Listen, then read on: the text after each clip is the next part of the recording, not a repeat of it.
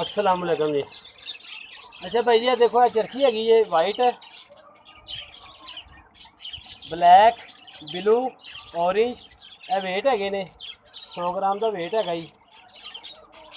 ये 100 gram weight ये देखो वेट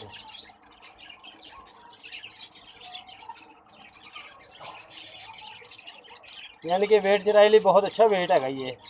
हैगी ने सरा निकल जाना काला जा विचों ये मिट्टी होंगी है जिहदे नाल बनाई दा ना वो पकड़ हो जाती बिच ये साफ हो जाएगा। ये देखो ये वेट है स्प्रिंग टाइप वेट है 100 ग्राम का वेट है 70 रुपये का। चरखी है पर पीस 100 रुपये है 30 पीस 100 रुपये चरखी का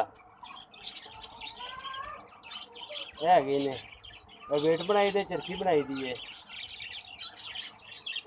मेरे को तोते है ने।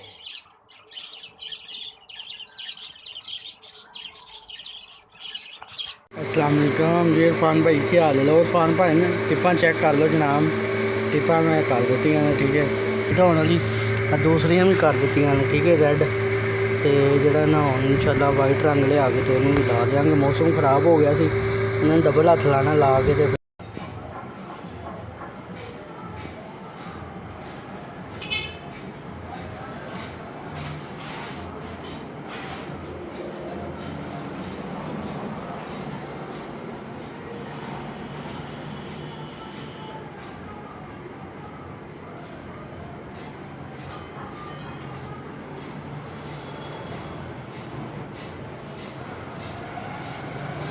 पाकिस्तान जिंदाबाद।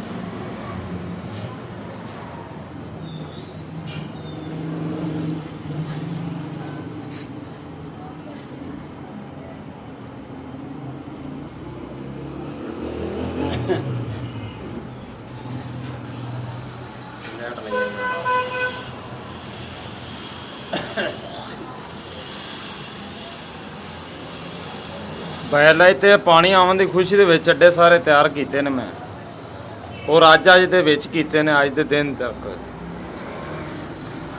अज तो सुबह की रोटी खानी भी भुल गई।